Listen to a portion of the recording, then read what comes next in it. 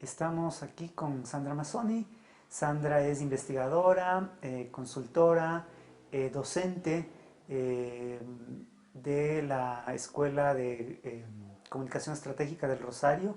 Tiene una larguísima trayectoria en temas de comunicación ambiental, comunicación vinculada a organizaciones sociales, y ella dirige la Escuela de Comunicación Estratégica en el Rosario y la especialización en Comunicación Estratégica Ambiental. Está aquí como invitada, como profesora invitada en la maestría de Comunicación Estratégica de la Universidad Andina Simón Bolívar, y pues es un gusto para nosotros tenerte aquí. En principio, Sandra, quería que un poco desarrolles este concepto tan interesante y particular de comunicación estratégica que tú has desarrollado a lo largo de los años en varios de tus textos, que es esta idea de la comunicación como un encuentro sociocultural vinculado a esta multidimensionalidad y a este sentido fluido de la comunicación. ¿Cómo no? Sí, la redefinición de la comunicación que estás mencionando es una redefinición que nosotros estamos proponiendo a partir de, bueno, de varias cuestiones, pero en particular de comprender y de entender las derivaciones terribles de los reduccionismos a los que han sido sometidas los estudios comunicacionales a partir y las prácticas, por supuesto, a partir de las teorizaciones y las metodologías clásicas. Entonces, nuestra redefinición de comunicación implica entender que la comunicación siempre es un encuentro sociocultural, pero no un encuentro sociocultural cualquiera, sino uno que enactúa, o sea, que hace emerger nuevas realidades, ¿no es cierto? En este sentido, un aspecto que deberíamos mencionar es que a poco de trabajar en nuestra teorización de la comunicación estratégica, vimos la importancia de profundizar la cuestión de que toda situación de comunicación, toda mirada comunicacional eh, requiere mirar la complejidad de la comunicación. Y en este sentido es que nuestra teoría propone un registro de la comunicación en dimensiones múltiples. Un poco lo que estamos proponiendo es que este encuentro sociocultural implica una consideración de esa complejidad y de esa multidimensionalidad de la comunicación que está presente en todas las situaciones de comunicación y que desde las miradas tradicionales, desde las miradas clásicas, se desconsidera. Es decir, las teorías clásicas, bueno, cualquiera de ellas, las teorías funcionalistas o las teorías críticas, por ejemplo, cualquiera de ellas se focaliza en una dimensión en particular. Por ejemplo, las teorías funcionalistas se focalizan en la dimensión del dato. Entonces, en la dimensión del dato, cuando uno trabaja en esa dimensión, lo que puede operar, lo que puede promover, es un solo proceso comunicacional, que es el proceso de la información, el proceso de la transferencia. Entonces, esa sería un poco la característica de la dimensión informativa vinculada a todas las teorizaciones funcionalistas. Distinto es si tratamos de mirar el aporte de la dimensión ideológica, de la mano con el aporte de las teorías críticas, por ejemplo, donde lo que hacemos es focalizarnos también en una única dimensión, pero una dimensión que de alguna manera, cuando un comunicador opera a partir de esas teorías, de esas metodologías, de esas técnicas propias de las teorías críticas, lo que está trabajando es esa dimensión ideológica y en ese sentido puede generar procesos diversos, pero el más típico es el de la denuncia, ¿no es cierto? En ese sentido, nuestra teoría de la comunicación estratégica lo que está proponiendo es que esas dimensiones existen igual, aunque yo opere o analice en una investigación solo una de las dimensiones. Y que entonces es un reduccionismo que necesitamos superar. Entonces, en ese sentido es que la teoría de la comunicación estratégica aborda la complejidad, la diversidad de la comunicación, para generar, en todo caso, una consideración en simultáneo de esta multidimensionalidad que es propia de lo comunicacional. Mira, a tono con esta nueva concepción de la comunicación, tú has fijado como una especie de horizonte ético para la comunicación estratégica, que es el cambio social conversacional. Ujú. ¿En qué consiste este cambio? La idea es que también cada una de estas dimensiones que hemos desarrollado y que son las dominantes todavía, ¿no?, en los estudios comunicacionales, en las prácticas también, en las prácticas profesionales, cada una de estas dimensiones de alguna manera genera un tipo de proceso comunicacional. Entonces la transferencia es un dominio, es un sometimiento, es una modalidad de vinculación comunicacional, una modalidad de vinculación intersubjetiva, micro-macrosocial, que está enfocada en el sometimiento. Las técnicas que se manejan en la dimensión informativa son técnicas de control. Todas son técnicas de control, las de planificación, todas. Son técnicas que trabajan en ese registro de la comunicación. Entonces, ¿por qué decimos que la teoría de la comunicación estratégica de la Escuela de Rosario es una teoría que aporta a la democratización? Porque la propuesta teórica y metodológica de la comunicación estratégica implica una consideración valorativa y crítica de lo que se puede aportar en la operación y en el análisis de cada dimensión de la comunicación. Y en este sentido, valorativa y críticamente, es el investigador el que, decide qué dimensión va a incorporar en su investigación y cómo va a aportar a esta conversación situada bueno, siempre una estrategia de comunicación es un dispositivo que trabaja en desplegar una conversación situada, ¿no? Entonces, ¿qué somos los comunicadores? Especialistas en ese cambio social conversacional, especialistas en propiciar ese cambio social conversacional, siempre teniendo en cuenta los objetivos y la posición ideológica, política, epistemológica, desde la cual se hace la investigación, cosa que en cualquier investigación en activa debe explicitarse, ¿no? En lugar de hacer como hacían ciertas teorías clásicas, de pretender una objetividad que no existe, ¿no? Una objetividad que no, ya ha sido suficientemente criticada. Mencionaste otro concepto fundamental dentro de la visión de comunicación estratégica de la Escuela de Rosario, que es el de en acción y en actuar, ¿no? Exacto. Que parte de teorizaciones de Varela, Así es. pero que tú lo reformulas. Quisiera que un poco Sí, claro. desarrolles ese concepto. ¿Por qué nosotros tomamos la categoría de en acción de Francisco Varela y también de Maturana, ¿no es cierto? Hay muchos autores que trabajan con esta misma categoría. Entonces podemos mencionar a Piaget en su epistemología genética, a Brunner, a Vygotsky, a muchos autores. Lo que nos interesa de Varela en particular es la categoría de enacción. Él la utiliza como teoría cognitiva, ¿no es cierto? Una teoría cognitiva que en lugar de desconsiderar el componente de lo vivo que compartimos los seres humanos con el resto de los seres vivos, pone en el centro de la escena este componente. Los seres humanos conocemos a partir de nuestras vivencias, a partir de ser seres vivos, ¿no? De ser seres en el mundo, que estamos en un interesantísimo acoplamiento dinámico y evolutivo con el mundo. Entonces no hay tal posibilidad de observar un mundo separado de ese acoplamiento dinámico y evolutivo. Entonces la investigación en activa, en comunicación, que estamos proponiendo desde la Escuela de Rosario, trabaja desde ese registro. Un registro en el cual nosotros proponemos justamente a la tipología de investigación en activa como una tipología que se agrega a las tipologías tradicionales de los estudios comunicacionales, que bueno, ya sabemos, han sido descriptivas, han sido explicativas, pero nosotros decimos, el objeto de estudio de la comunicación, entendido como una disciplina, requiere una nueva tipología en formas de investigar.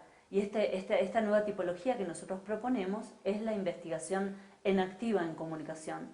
¿Por qué? Porque el objeto de estudio de nuestra disciplina, de la comunicación como disciplina, es el encuentro como cambio social conversacional. Y entonces requiere ser coherente y mantener pertinencia con este componente de lo fluido. La comunicación siempre está cambiando, siempre está moviéndose, siempre está transformándose. Por eso se habla del paradigma de lo fluido. Por eso es que proponemos entonces esta nueva tipología con nuevas técnicas y nuevas herramientas específicamente comunicacionales. Mira, ahí hay un aspecto que me parece tremendamente interesante y que creo que conecta con una serie de inquietudes contemporáneas respecto de la crítica del eurocentrismo en general en los estudios sociales, en los estudios de comunicación. Y te quería preguntar justamente desde tu experiencia en el trabajo en los estudios ambientales y los movimientos ambientales, ¿cómo de alguna manera la comunicación estratégica ayuda a superar este antropocentrismo en la comunicación? Sí, y el eurocentrismo también, ¿no? En ese sentido, respecto de lo ambiental en particular, hay una riquísima trayectoria en Latinoamérica que poco a poco nos fue separando de esas posiciones eurocéntricas que estás mencionando y nos fue acercando a, los comunicadores latinoamericanos, a los saberes originarios, los saberes de los pueblos ancestrales, los saberes de cada país, cada región tiene estos saberes que han sido subsumidos, han sido ocultados, han sido violentamente dejados de lado por los saberes eurocéntricos, ¿no? Y que poco a poco estamos recuperando. Entonces, la comunicación en activa aporta al registro del diálogo de saberes, a la operación del diálogo de saberes. En este sentido, no solo es una opción democratizante, sino que a la vez es una opción que trabaja en una consideración valorativa y crítica del saber científico. No tenemos por qué perder los criterios de cientificidad al hacer investigación en activa. Sin embargo, la ciencia no es el único saber existente en el mundo. Hay otros saberes tan valiosos como el saber científico. Entonces, la metodología de investigación en activa establece pasos en los cuales estos saberes son considerados y valorados de la misma manera que el saber científico.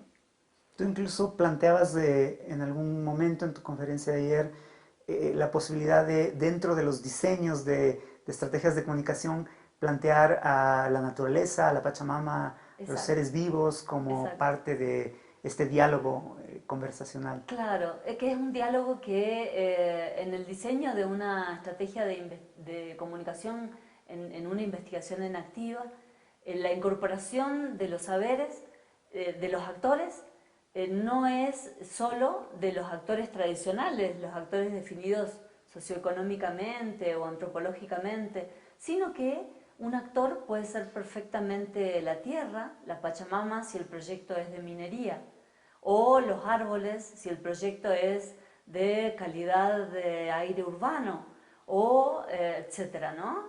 Cada proyecto implica la consideración de actores que son los sujetos de la naturaleza, que son entonces actores que están en el territorio, teniendo una importancia fundamental en esta reconfiguración intersubjetiva, micro-macro-social que estamos diciendo, entonces estamos proponiendo, que ocurre cuando uno despliega una investigación en activa, una estrategia comunicacional. Es súper interesante porque aquí en Ecuador se está trabajando el tema de comunicación para el buen vivir. En Bolivia se está trabajando el tema de comunicación intercultural. Yo creo que hay muchas sinergias con la comunicación en activa de la Escuela de Rosario. Exacto.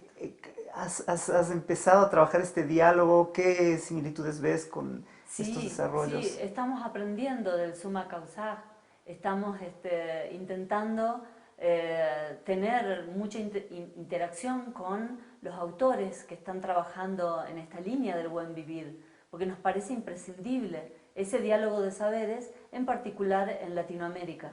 En ese sentido, bueno, hay en particular en esa línea algunos autores, ¿no? Como Enrique Left, como Augusto Maya en Colombia, muchos autores, en cada Ujú, país hay un autor que de alguna manera pertenece a lo que se ha denominado el pensamiento ambiental latinoamericano, donde hay indigenistas, pero también ambientalistas y también gente de los propios pueblos originarios que está aportando a partir de su investigación y a partir de su trabajo en esta línea, en la línea del buen vivir, una línea que necesitamos abrazar ujú. desde las universidades, porque el saber eurocéntrico en las universidades es el dominante.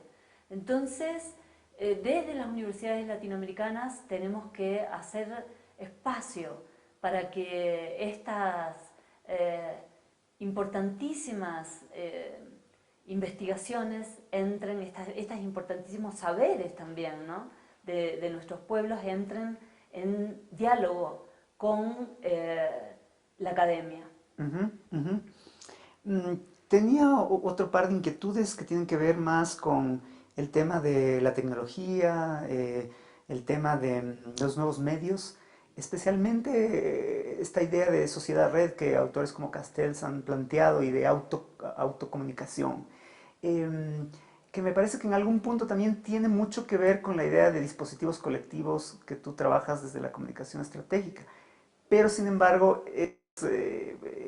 digamos, este trabajo en las redes sociales, en general, en red, está menos, digamos, planificado y organizado que lo que podría ser una estrategia de comunicación. Claro. ¿Qué relación le ves tú con estos nuevos fenómenos? Exacto, sí, son miradas disciplinares, ¿no? Por ejemplo, hablando de esas cuestiones, estas miradas que estás mencionando, y también Latour y muchos otros, ¿no? Son miradas sociológicas. La mirada comunicacional no puede quedarse solo en el análisis, sino que tiene que avanzar a partir del análisis en este proceso en activo que estamos mencionando, ¿no? Entonces, en ese sentido, es que no nos interesa describir las TICs, sino que nos interesa trabajar estratégicamente a partir de esta ruptura, ¿no? También que las redes digitales han generado. Yo siempre digo que ha sido importantísimo el aporte de las redes digitales en términos de un descentramiento respecto de las teorías clásicas de la comunicación, porque a partir de las redes digitales ya es insostenible la comunicación lineal, la comunicación en secuencia, la Ujú, idea de pensar en un emisor, un mensaje, un receptor, todo ese tipo de categorías que ya son inconducentes por la sola existencia de computadoras, celulares y gente conectada, interconectada en tiempo real. Entonces, si hay una cosa que siempre señalo respecto de las TICs, es que han hecho estallar ujú, epistemológicamente ujú. a la comunicación. Y han de alguna manera como apurado el paso respecto de algunas urgentes definiciones, redefiniciones, respecto de lo comunicacional, ¿no? No podemos quedarnos en lo comunicativo, no podemos quedarnos en este registro escindido, en este registro centrado en medios y en mensajes separados de los territorios en los cuales estos medios y estos mensajes están operando. Necesitamos comprender ese acoplamiento dinámico y evolutivo complejo del cual antes hablábamos. Y vienen a nuestro auxilio aquí muchas teorías de los nuevos paradigmas. Por ejemplo, la fractalidad de lo social, Ujú. que nos permite, de alguna manera, entender el recorte comunicacional, este componente que emerge a medio camino entre el individuo y la sociedad. Entonces retomo lo que decía al comienzo. Hay muchos sociólogos analizando la comunicación digital. Y está muy bien que hagan ese aporte. Sin embargo, eso no trabaja lo comunicacional, solo trabaja lo comunicativo. ¿Por qué? Porque si miramos el recorte comunicacional, podríamos decir que esos estudios se ubican a nivel de la sociedad. Y que también hay otros tipos de estudios que ubican a la comunicación, como por ejemplo los estudios de la psicología o los estudios de, a veces, la educación, que trabaja a nivel de individuos o grupos, ¿no es cierto? El recorte comunicacional está a medio camino entre ambos, entre el individuo y la sociedad, y emerge a partir de una relación de fractalidad, en la cual las estructuras, entonces, en distintas escalas, van compartiendo pautas, como diría Bateson, que conectan, ¿no? Entonces retomamos nuestro aporte, nuestra redefinición de la comunicación, entendiéndola como encuentro sociocultural que enactúa, porque a partir de la comunicación entendida en estos términos, emerge este cambio social conversacional que trae de la mano nuevos mundos, ¿no? Nuevas realidades. Una última pregunta que tiene que ver mucho con algo que trabajamos mucho aquí en el área de comunicación, que es el tema de visualidades. Yo te quería preguntar, en un momento en el que se está hablando de un paso de la palabra a la imagen, de la cultura de las imágenes, ¿qué podría aportar una perspectiva enactiva en el campo de la cultura visual? Sí, te agradezco la pregunta porque también es uno de los ejes de diferenciación respecto de ciertas culturas de cientificidad más tradicionales, ¿no? Nosotros en la investigación enactiva proponemos no solo una metodología específicamente comunicacional, sino técnicas y también herramientas. Entonces, en las matrices de datos de la investigación enactiva se incorporan técnicas provistas por otras disciplinas, pero bajo este eje, bajo este objetivo, esta mirada de aportar al objetivo específicamente comunicacional, por un lado. Y por el otro lado, estoy mencionando metodologías, técnicas y herramientas. Hasta las técnicas es igual que en las metodologías de otras disciplinas, pero las herramientas son un componente particular de la comunicación que no tienen otras disciplinas, porque las herramientas son un esfuerzo de visualización de ese proceso complejo y fluido que se está moviendo todo el tiempo. Entonces son un esfuerzo de visualización científica que de alguna manera va captando ese cambio social conversacional que se despliega cuando uno hace una investigación enactiva. Entonces hay allí un trabajo de visualización científica que tiene que ver con un proceso diferente al que hacen los científicos de otras disciplinas, ¿no? Entonces, allí estamos innovando, estamos creando nuevas formas de investigar, nuevas formas de hacer ciencia, más acorde a nuestro objeto de estudio, de aportar a esta ciencia de la articulación, que es a la vez una ciencia de la diversidad, una ciencia del encuentro en la diversidad. Queremos agradecer a Sandra Mazzoni, profesora invitada en la Maestría de Comunicación Estratégica de la Universidad Andina Simón Bolívar.